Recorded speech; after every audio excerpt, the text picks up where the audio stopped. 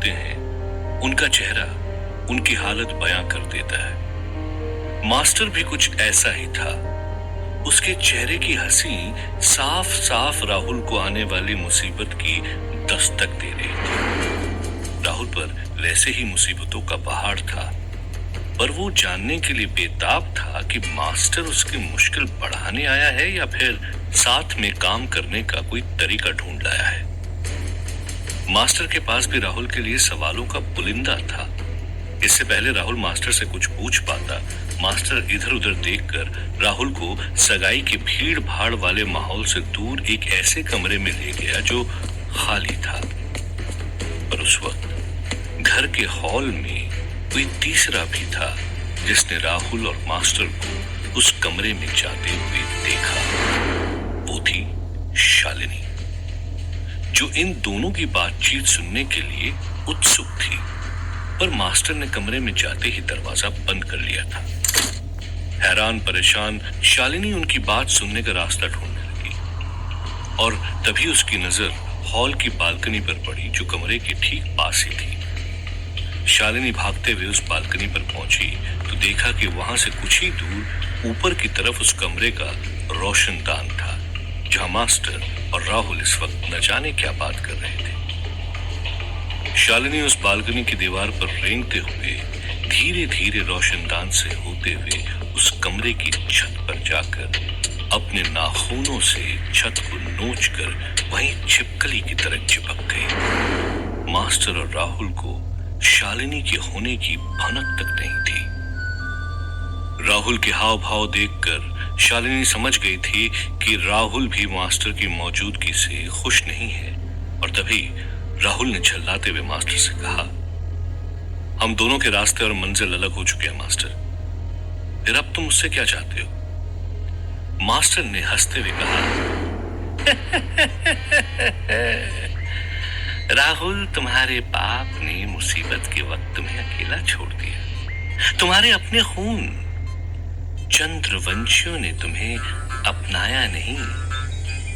और मैं कोई तुम्हारा दुश्मन नहीं, दोस्त हूं, हमेशा तुम्हारा साथ दिया है। तो फिर एक दोस्त मुसीबत में अपने दूसरे दोस्त का साथ कैसे छोड़ सकता है? राहुल मास्टर के मुंह से चंद्रवंशियों का नाम सुनकर हैरान था। वो समझ नहीं पा रहा था कि आखिर मास्टर को उसके बारे में इतना सब कुछ कैसे पता था। क्या वो अब तक उस पर नजर रखे हुए था? हैरान तो शालिनी भी थी जो चुपचाप कमरे की छत पर चिपके हुए मास्टर की बातें सुन रही थी। शालिनी किसी भी कीमत पर नहीं चाहती थी कि राहुल मास्टर की बातों में फंस जाए, पर राहुल अब वो गलती दोबारा नहीं दोहराना चाहता था जिसने उसे अपने परिवार से, अपने प्यार से दूर कर दिया था। राहुल ने मास्टर की तरफ घूरते हुए कहा, मैं नहीं जानता कि तुम्हें मेरे चंद्रवंशी होने के बारे में कैसे पता चला, और ना ही मुझे तुम्हारी हमदर्दी से फर्क पड़ता है मास्टर। इसलिए बातें घुमाना बंद करो और साफ साफ बताओ कि मुझसे चाहते क्या हो। राहुल का बात करने का अंदाज मास्टर को गुस्सा दिला रहा था। वो चाहता तो राहुल को पलक झपकते ही सबक सिखा सकता था, पर राहुल मास्टर के लिए अब उस हड्डी की तरह था जिसे ना तो वो निगल सकता था ना ही फेंक सकता था। अपने गुस्से को काबू में रखते हुए मास्टर ने राहुल से कहा, लगता है सगाई की बहुत जल्दी है तुम्हें राहुल, सीधे मुद्दे की बात करना चाहते हो तो ठीक है। मुझे बस इतना बता दो कि कच्छ के उस रेगिस्तान में छुपी चंद्रवंशियों की उस गुफा में तुम्हारे साथ क्या हुआ था? भले ही राहुल ने मास्टर के साथ मिलकर नरकदूत को हराया था, पर न जाने क्यों राहुल अपने अतीत, अपने चंद्रवंशी होने के बारे में किसी से बात नहीं करना चाहता था। मास्टर के लाख बनाने के बाद भी राहुल ने उसे ये कहकर मना कर दिया कि वो गुफा और चंद्रवंशी उसका निजी मामला है और वो इसमें किसी का भी हस्तक्षेप नहीं चाहता।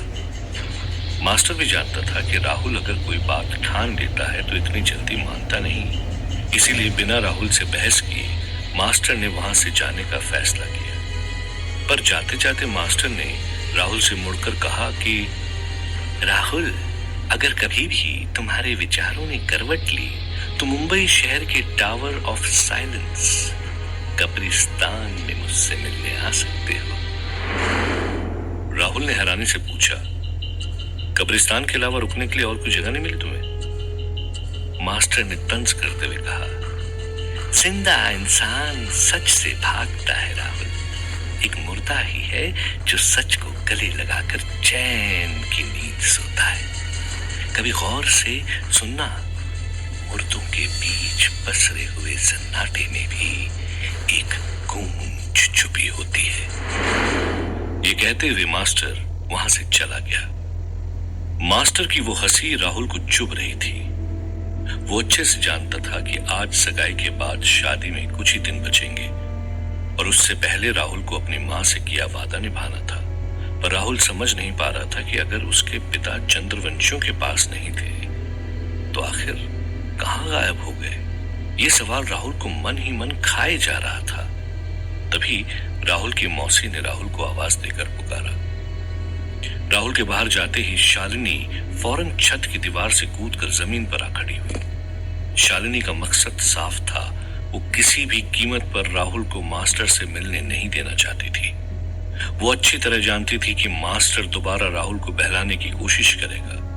अब तो बस एक ही शख्स थी जो राहुल को मास्टर से मिलने के लिए रोक सकती थी, वो थी आयशा। शालिनी जानती थी अगर आयशा को मास्टर के बारे में पता चला तो वो राहुल को किसी भी कीमत पर मास्टर से मिलने नहीं देगी। अब बस शालिनी को किसी भी तरह आयशा के कानों तक ये बात पहुंचानी थी।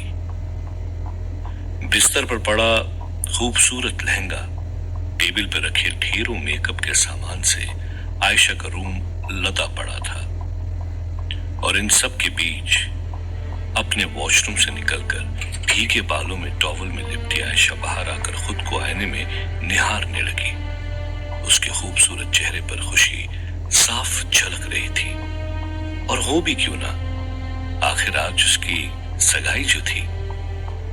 आयशा मन ही मन खुशी से झूम रही थी कि तभी अचानक से कमरे का दरवाजा हल्के से खुलता है।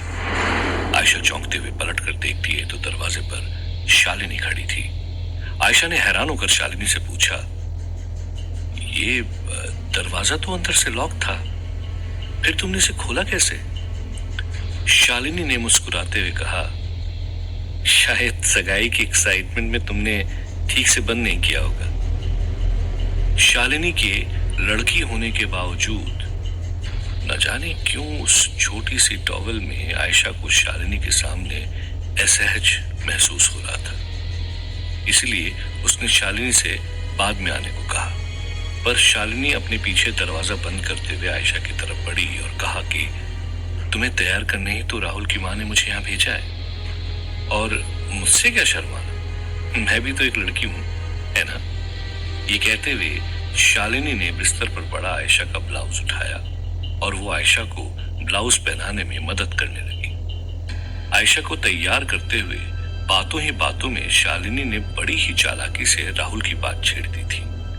राहुल का नाम सुनते ही आयशा के चेहरे पर खुशी थी।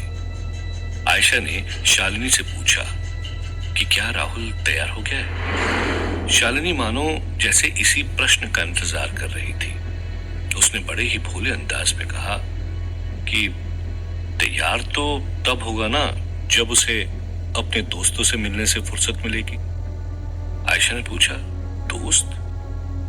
शालिनी ने कहा, हाँ, कोई आया था राहुल से मिलने। अच्छा, ये नाम बताया था उसने, मास्टर।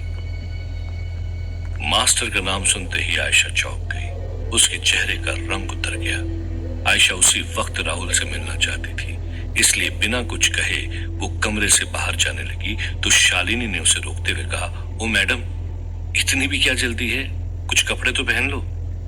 तब आयशा को एहसास हुआ कि उसने सिर्फ ब्लाउज और पेटीकोट ही पहना हुआ था। आयशा हड़बड़ाते हुए बाकी कपड़े पहनने लगी। ये देखकर शालिनी ने मन ही मन मुस्कुराते हुए सोचा, मास्टर, इतनी आसानी से मैं तुझे राहुल का इस्तेमाल नहीं करने दूंगी। हॉल में अफरा तफरी का माहौल था।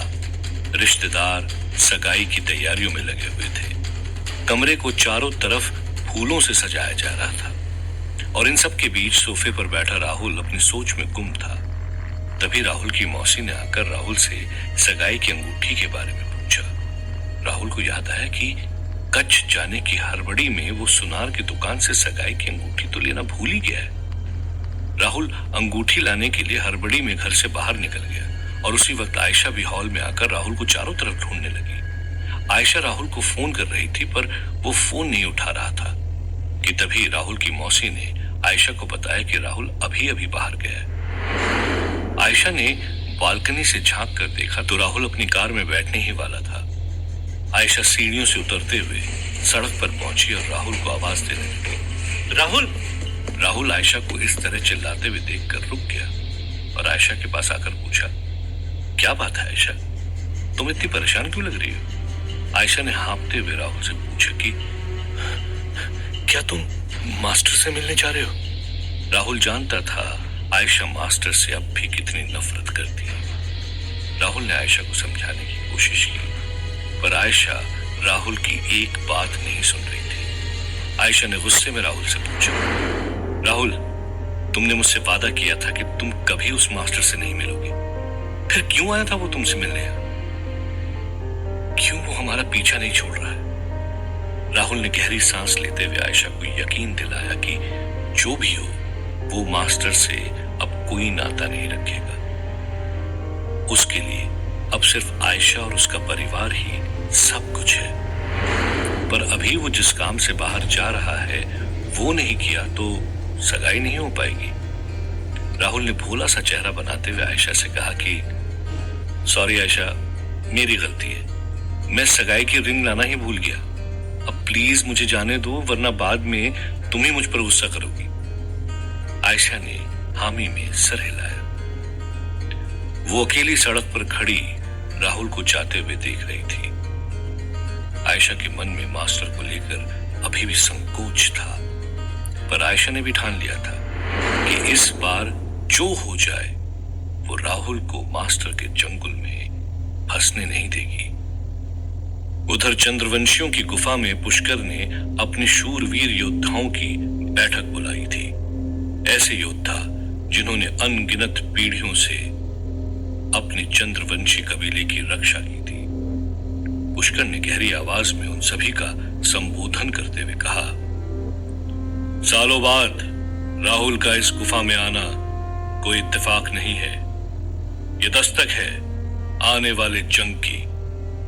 कोई है जो राहुल की आड़ में सदियों से हमारे खून में बह रही चंद्र की शक्तियों को छीनना चाहता है और इस युद्ध के लिए हमें अभी से सचेत रहना होगा। हम सब ने इस गुफा को ऐसी शक्तियों से बांध रखा है जिससे सिर्फ एक चंद्रवंशी यहां अंदर आ सकता है। अगर राहुल नहीं होगा तो कोई भी इस गुफा के अंदर एक कदम भी नहीं रख सकता। लेखा चोरी छुपे ये सब बातें सुन रही थी। सभा में निर्णय लिया गया कि वो योद्धा राहुल को किसी भी कीमत पर गुफा के नजदीक नहीं आने देंगे। सभा के स्थगित होते ही वो सभी शूरवीर योद्धा उस कच्छ से बाहर जाने लगे। मौका देखकर लेखा ने अपने पिता से पूछा, पिताजी, राहुल तो एक चंद्रवंशी है, फिर हम क्यों उसके खिलाफ हैं? हमें तो उसे अपने कबीले में जगह देनी चाहिए। पुष्कर ने चिल्लाते हुए लेखा से कहा, राहुल एक बागी का पुत्र है। वो इस कबीले के लिए सिर्फ और सिर्फ मुसीबत लाएगा। और अगर अगली बार तुमने छुपकर युद्ध रणनीति की चर्चा सुनने की कोशिश की तो तुम्हें भी दंड अवश्य मिलेगा। ये कहकर पुष्कर गुस्से में वहां से निकल गया। लेखा जानती थी आज जो भी परिस्थिति से राहुल गुजर रहा है उसमें उसका कोई दोष नहीं। पुष्कर के निर्णय से अनजान राहुल अपने हाथों में अंगूठी का बॉक्स लेकर सन्नाटे में गुम मॉल के बेसमेंट की पार्किंग में अपनी कार की तरफ बढ़ रहा था। पर वहां कोई और भी था जो राहुल पर दूर से नजर रखे हुए था। राहुल जैसे ही अपनी कार के पास पहुंचा तो उसे पीछे से किसी के कदमों की आहट सुनाई दी। राहुल ने मुड़कर देखा तो दूर दूर तक कोई भी नहीं था। राहुल ने पलटकर जैसे ही अपनी कार अनलॉक की तो एक बड़ी सी परछाई राहुल की तरफ पड़ी। राहुल सावधान हो गया और तभी राहुल की नजर अपने कार के शीशे पर पड़ी तो उसने देखा कि अंधेरे से निकलते हुए एक लंबा चौड़ा शख्स पीछे से राहुल पर एक अजीब से भाले से वार कर रहा था। राहुल ने उसी वक्त झुकते हुए खुद को उस वार से बचाया। राहुल उस भाले पर चांद की बनी आकृति को अच्छी तरह जानता था। ऐसा ही भाला चंद्रवंशियों के हर योद्धा के पास था। राहुल को यकीन नहीं हो रहा था कि उसकी जान लेने के लिए उसके ही कबीले के लोग मुंबई तक आ पहुंचे थे। राहुल के पास उस चंद्रवंशी से लड़ने की शक्ति तो नहीं थी, पर दिमाग जरूर था। राहुल जानता था कि अगर उसने समझदारी दिखाई तो वो यहाँ से बचकर निकल सकता है। और तभी राहुल की नजर मॉल में रखे अग्निशामक पर गई। राहुल वो लेने के लिए उसकी तरफ दौड़ा। वो योद्धा भी राहुल को मारने उसकी तरफ बढ़ा, पर इससे पहले राहुल उसके भाले का शिकार बन पाता, राहुल ने अग्निशामक का पूरा धुआं उसकी आंखों में झोंक दिया। वो योद्धा दर्द से झल्लाने लगा और यही मौका पाकर राहुल तेजी से अपनी कार में बैठकर उस मॉल से निकल गया। राहुल को समझ नहीं आ रहा था कि वो चंद्रवंशी अगर उसके घर तक आ गया तो वो क्या करेगा। और तभी राहुल को मास्टर की बात याद आई। राहुल मास्टर की मदद नहीं लेना चाहता था, पर इस वक्त मास्टर ही उसे इन चंद्रवंशियों से बचा सकता था। राहुल तेजी से अपनी कार उस टावर ऑफ साइलेंस कब्रिस्तान की तरफ ले गया। राहुल की कार की हेडलाइट उस कब्रिस्तान के अंधेरे को चीरते हुए वहां तक आ पहुंची। राहुल कार से निकलकर जोर जोर से चिल्लाने लगा, मास्टर, मास्टर कहां हो तुम? पर उस कब्रिस्तान के वीरान में बस राहुल की आवाज गूंज रही थी। वहां मास्टर का कोई नामो निशान नहीं था।